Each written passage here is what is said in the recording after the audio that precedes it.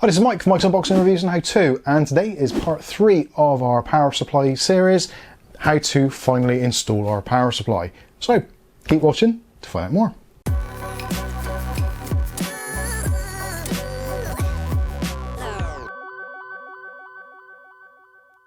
Okay, so in today's video we'll be doing the last part of our PSU series and actually how to finally install our power supply into our PC. So if you follow the rest of this series on the 3 steps, first one is to work out what wattage you need, second one is how to buy it and get the best value, and finally is the installation. So if you want to check out any of those other videos, click on the links up here and you can check those out if you haven't seen them already, which I strongly suggest you do, so you can see the methodology in why we've actually ended up with this power supply. So what are we going to need for this particular installation? Well, obviously we're going to need a power supply. Other things you may need is a cross-headed or Phillips screwdriver, a power supply tester, some side cutters, and potentially some cable ties or zip wraps, that kind of thing. Now, power supply wise, we've gone with the Aerocore Cylon 500 watt. This is an 80 plus white label unit. It's not totally brilliant, but it is a brilliant price. Cost us around about £28 and actually fits exactly what we need to do. The wattage is right. It's got enough on the 12 volt rails to do what we need in our system, which is a Ryzen 5 2600 with a RX 570. So it's absolutely fine. This PC is destined to be up for sale shortly, so I don't want to invest too much money in it because obviously we want to get some return on investment, but certainly this is going to last. It's got a couple of years warranty on it as well, so should be absolutely fine. And also, which is really nice to see, actually inside the box there are some other accessories as well which you may find you need during the installation. So one thing first of all is obviously a power lead. This is obviously pretty important, especially if you're selling a PC on. It's handy to give your new user one of these just in case, so it's nice to see that you get that included. You don't always get them, so you maybe want to check that. Also we get our safety brochure, that kind of thing. But another thing which is quite useful is actually a set of 4 screws to actually install the power supply. So that's all good. And we also get obviously our power supply itself. So first thing we want to do is we're going to clear the desk a little bit. First thing to do is literally just test the power supply to make sure that it actually works before we start fiddling around inside the PC itself. So I'm going to clear the desk and we'll test this thing out. So we've got our power supply unboxed and also we've got our cable. Now actually one thing you can do, most of the time these cables will come with like a zip tie around them. Keep hold of that. Could be coming in handy for cable management a little bit later on. You can obviously, if you've already got one of these kettle leads at home somewhere that is a known good working one, you can obviously use that if you want to, but I'm just going to go ahead and plug this into the wall socket. Then I'm going to plug the other end into the power supply. Make sure your power supply switch is actually in the off position at the moment. So plug that in. And the next thing we'll do is get our power supply tester, and this is a really simple device. Literally all it does is just bridges the contacts on the main 24 pin connector. You can actually make one of these if you want to, just with a cable. If you want details of that, I'll try and put it in the video description, but it's basically the 3rd and 4th pins up on the top side of the power supply. So we're going to snap that into position there. You can buy these as well. I think this one was from like EVGA or something, so should be fine. So we'll turn on the power supply and you can see there the fan is spinning. So that is a pretty good indication that the power supply is at least basically functional. Now depending on what your power supply is, if you've got a slightly more upmarket power supply which has got a 0 fan technology or only has a fan that kicks in when it gets to a certain temperature, then this potentially isn't going to work for you. Certainly this isn't a specific thing you have to do for installing a power supply.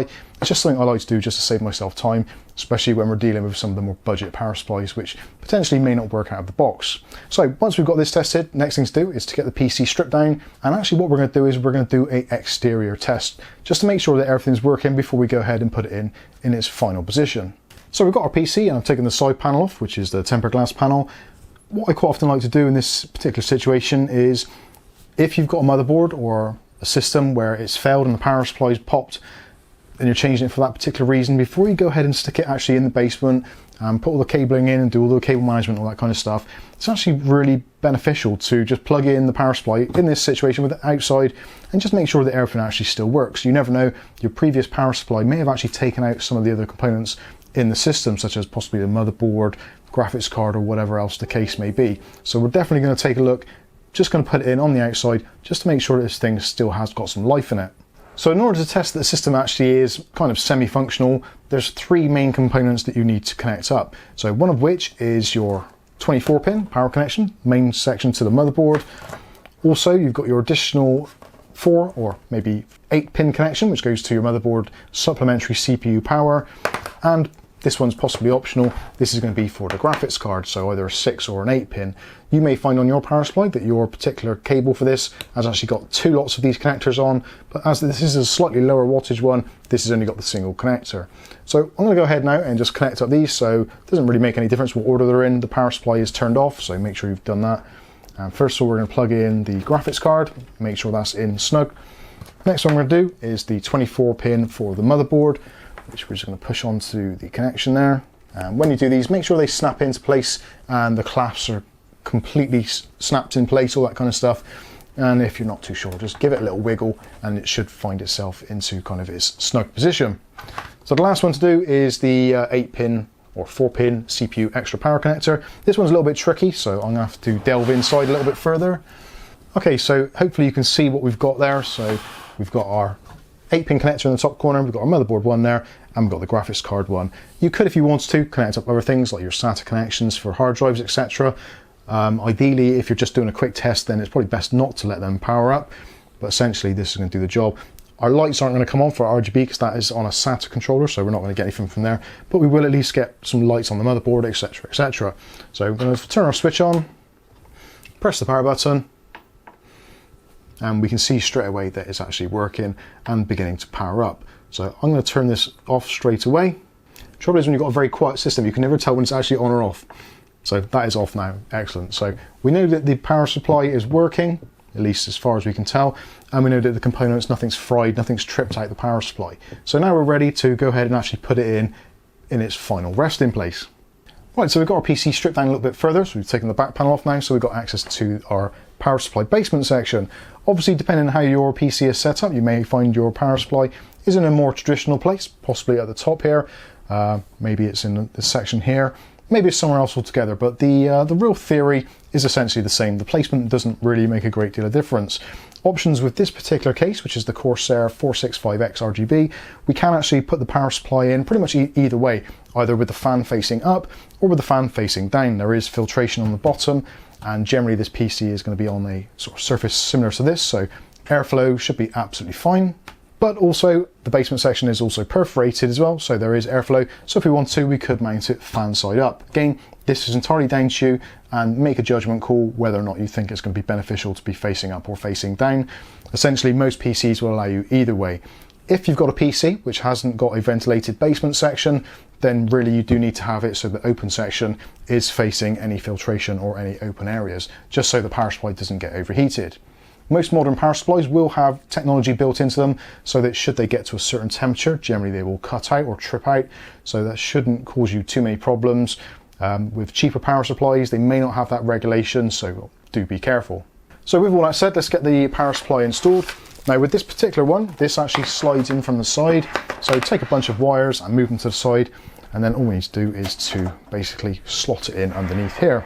Now you may find, depending on your motherboard and how it's set up, that any cables which are routed at the bottom, you may need to either take them out of the motherboard temporarily. Again, depends on clearances. This one's actually pretty decent and it can slide straight in. So the first thing we're going to need to do is to take our 4 included screws and our screwdriver and just connect up the screws on the back and make sure that everything is tightened up. We'll get you a closer up of this so you can see how it's done. So here's our power supply. You can see it's seated in now, and we've got 4 points that need to be tightened up. So one there, one there, one there, and one down here. Depending where your power supply is and which way it's orientated, you may find that the screw holes are slightly different if it's up one way or the other. But generally you can look to see where the actual holes are. If you find the screws don't quite go in first time, you can loosen off one of them and then try and recut the thread. That seems better that time, just needed a little bit of a wiggle.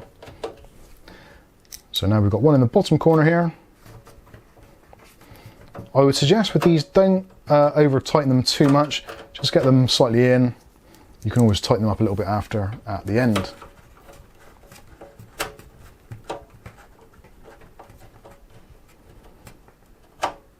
So that's all 4 screws in, so now I'm just going to go around and actually give each one a little tiny turn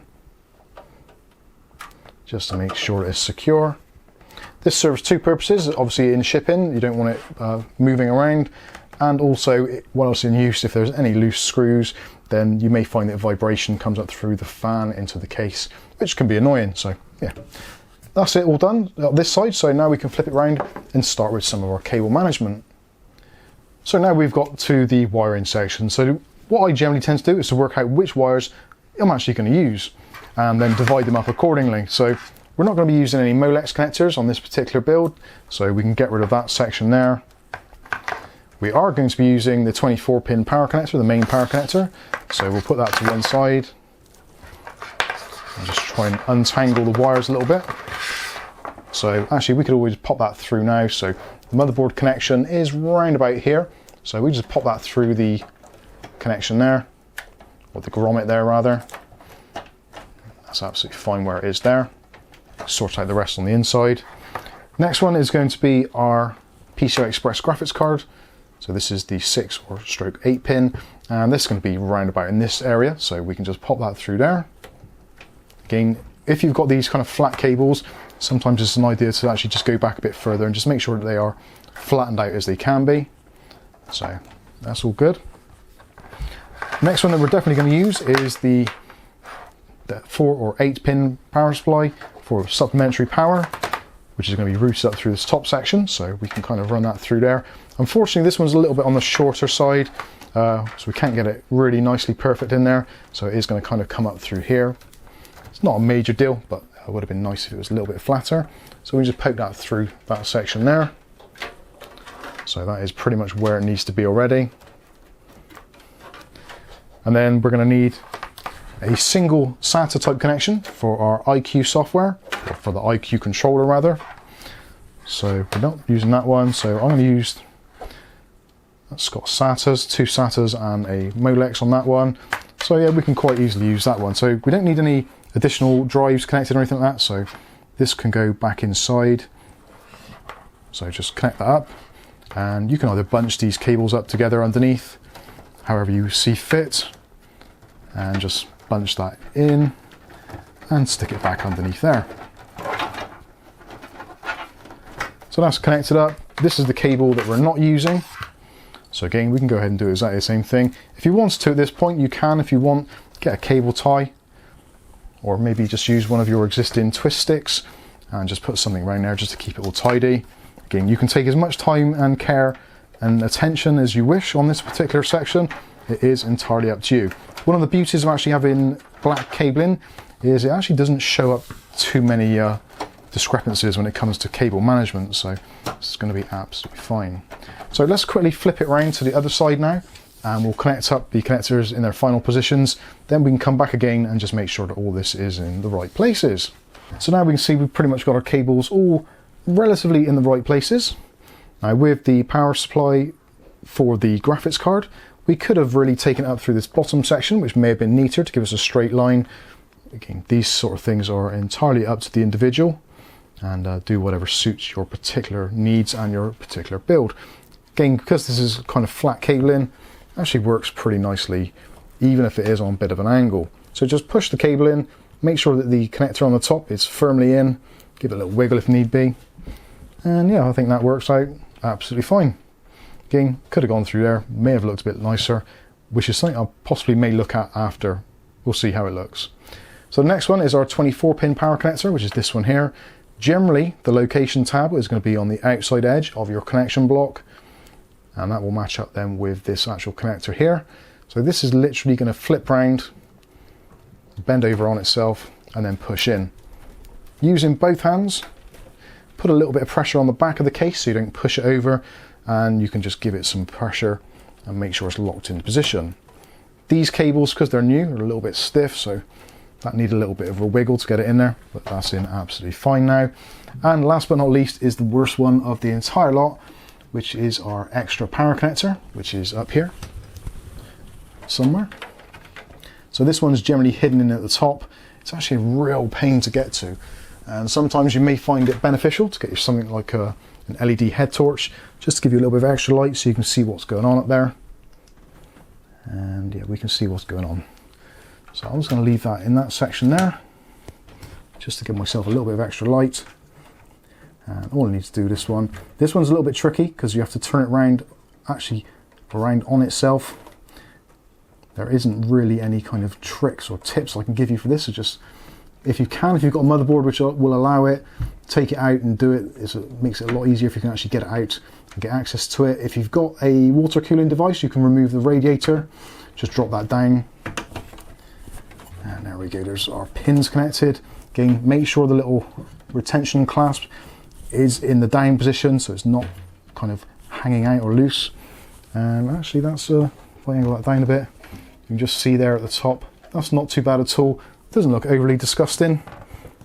Seems to work okay. I might actually take the graphics card one out of that side just to neaten this up. So depress the clasp on the top. We're going to take this cable back out the side again, and then I'm going to route it underneath, which is a little bit hard for me to see down there. Sometimes it may be beneficial to have one of these on like a lazy Susan or something. So fish out your cable and give it a little bit of slack just so it doesn't pull on the graphics card too much, because that will make things even worse. So again, just line it up and just give it a little bit of a pressure, making sure that that clip firmly attaches and clicks into place. You'll find as the power supply gets a little bit older and the plastic becomes more supple, then those should go in a little bit easier. But actually I think that looks pretty nice. Quite clean cabling. We didn't really need a great deal because we've got an NVMe drive which is hidden underneath the graphics card. This single connection here actually just looks pretty good. The cabling is actually quite nice and fits in with the build really well. Got a pretty dark theme going on here, so yeah, that is pretty much it. All we need to do now is to essentially just fire the whole thing up. So let's plug in the power supply. Normally at this point you'd plug in your keyboard, mouse, etc. But we're just going to do it just to make sure it works as a proof of concept. So plug in your cable, turn on the switch. You should, if you've got a motherboard that supports it, get a little bit of illumination. As you can see, the Gigabyte logo is lit up, which is slightly annoyingly covered by the cable a little bit on the camera there. But you can certainly see that we've got power going to it, so we know the system is likely to post because we didn't have any problems before. So yeah, we are pretty much done. And if we hit the power button, and there we go, we're up and running. You can, if you want to, check the fans underneath on the graphics card. And yes, they are definitely spinning, so we're all good there. And yeah, I think we can put that down to be a successful job. Obviously, because we haven't got a keyboard and mouse, etc. installed, it's failing on the boot process, so we'll leave that as it is. But yeah, I think that's pretty much a successful job. Okay, so there we go. PC is on and everything's working, and we've got no blue smoke coming out the back, which is always a good sign. So now it really is just a case of cable management. Now really this isn't really a great deal of a mess anyway. Certainly some things you could do, get your cable tie. There are some tie down points on here, so if you wanted to be ultra neat about it, you could stick a few through here. So just grab your cable ties, put them through the tie down points. This is probably preaching to the converted, but you get the general idea. And obviously if you want to, you can just snip off any extras which are not required. This isn't perfect, I totally get that.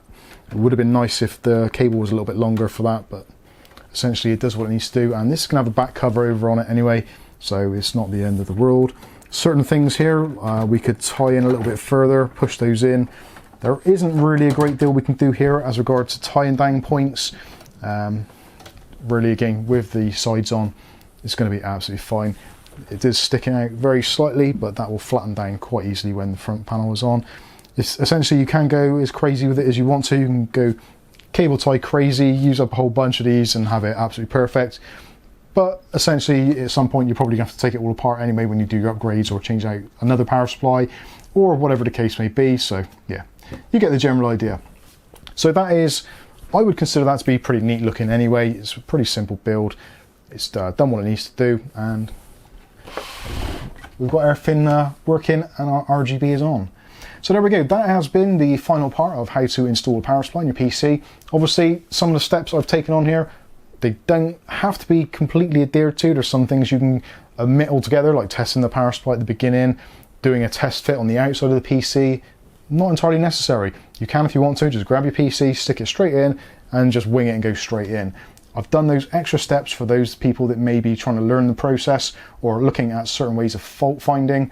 that certainly makes it a lot easier. And not everyone realizes that you can actually use a power supply externally to a PC for actually testing, that kind of thing. So for those people that are new to this, then I think a lot of this information will be quite beneficial. And speaking of which, if you have found the information in this video interesting or beneficial, please do give the video a like. It really does help the channel. Also, obviously, if you want to see other content like this, click on the subscribe button and also the bell notification icon, and you'll be notified of future video releases. I think that's going to pretty much wrap this one up. If you've got any comments or questions, you know what to do with them. But in the meantime, I've been Mike. This is Mike's Unboxing Reviews and How To, and hopefully we'll see you in the very next video. Thanks for watching.